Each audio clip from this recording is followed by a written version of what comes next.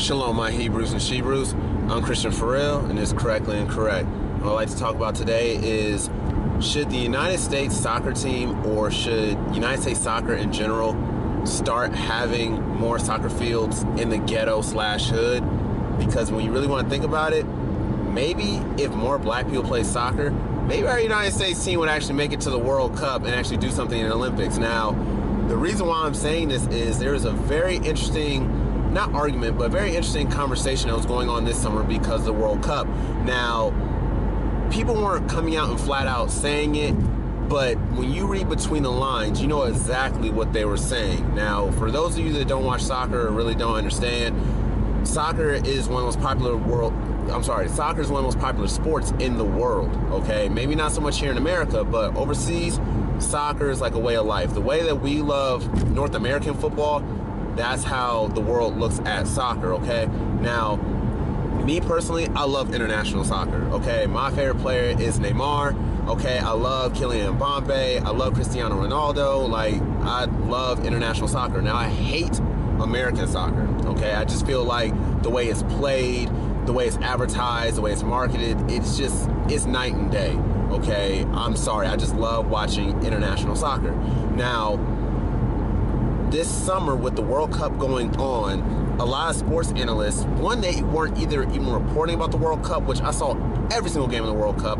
I love the World Cup, okay? Congratulations, France. Congratulations, Kylian Mbappe. My favorite player of the tournament for France would have been Antoine Griezmann. That's just me personally, okay? I wish Brazil, my team would have did better, but still, international soccer is amazing, and people weren't really reporting it. One, because we didn't have the rights to it. You know, ESPN really couldn't report it, but American soccer is just not on par with the rest of the world. I'm sorry, I don't even think American soccer is as good as Mexican soccer. Shout out Chicharito and, you know, people that support the Mexican soccer team, but it's just, I'm sorry. I feel like I didn't catch on to soccer until I got older, and it's a beautiful game. Like, I love watching soccer, but it has to be international soccer, which they obviously call it football. But the argument this summer, or I should say the discussion this summer, was what can the United States do to be more competitive in soccer? And what they were hinting at was, well, you know, if you look at NBA players, maybe someone like a Steph Curry, maybe someone like a Kyrie Irving, maybe athletes of that caliber would help United States soccer. Now, what does that mean when you really want to dive in and look into it? Put more soccer fields in the hood.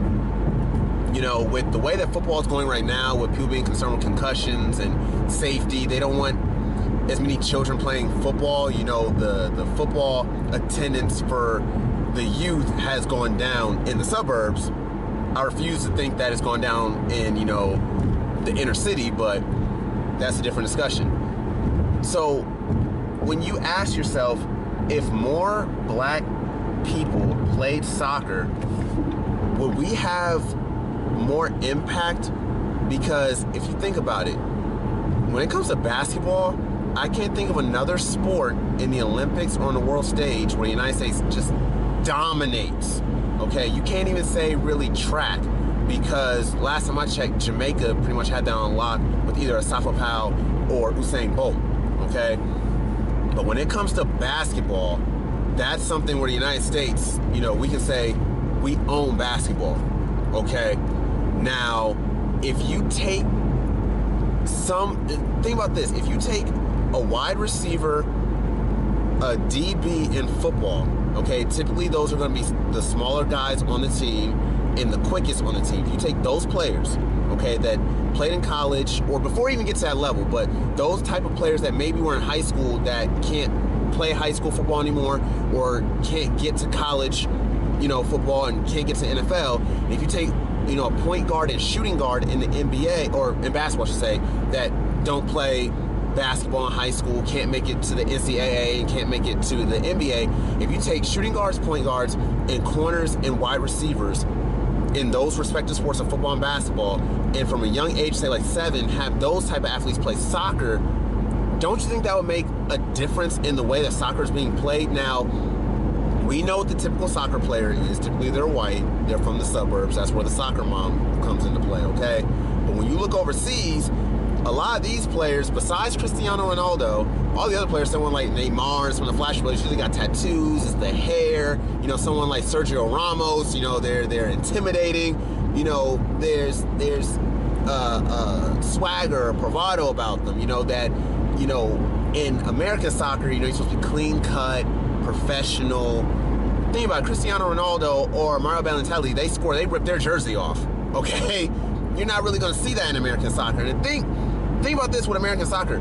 The LA Galaxy signed David Beckham when he was like in his 40s. He's like the tail end of his career, and he still brought more popularity to American soccer. Okay, now imagine if we could get someone, even if it don't even have to be, you know, the biggest names. You know, if we can just get some of the, I would say, middle-level players, or just even if it's some players on the tail end of their career, and bring them over to the MLS, it's going to make a big difference.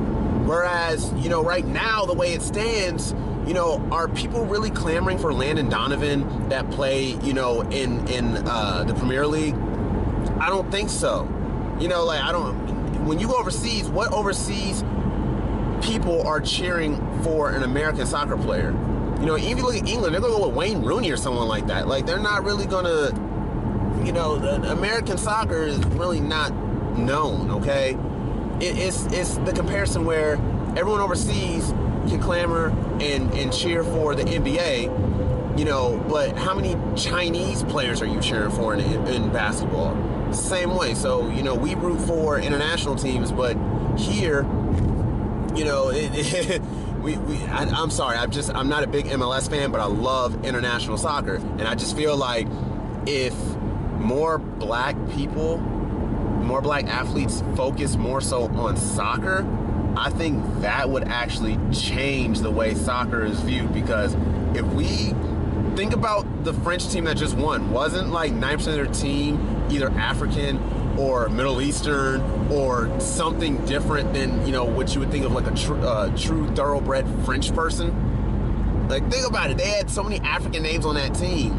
Now, that's a completely different argument discussion in general, but imagine if we had Kyrie Irving, Steph Curry, Damian Lillard, CJ McCollum, you know, people of that caliber playing soccer instead. You know, that would make a big difference. I'm not saying we would dominate in the World Cup or dominate in the Olympics, but we would definitely make it every year. I know that for a fact, because look at some of the African teams that make it, whether to the World Cup or if they make it in the Olympics. The only problem the African teams have is discipline and coaching, because African teams are like the only teams in international soccer where their coach usually isn't from that country. So if they had the coaching and discipline, they would dominate also. So I just feel like that was a discussion that really was slept on over the summer, because people here in America really aren't watching soccer like that. But give it a thought, and make sure you serenade that subscribe button. Make sure you give this video a like, and I want to see your thoughts and your comments in the comment section. And make sure that if there's something that you want me to talk about or you have an idea, make sure you leave that in the comments also. I'll definitely give you a shout out, and I'll try and make an episode on that as well. But again, it's another beautiful day in Columbus. I'm Christian For Real, L'chaim, and Assalamu Alaikum.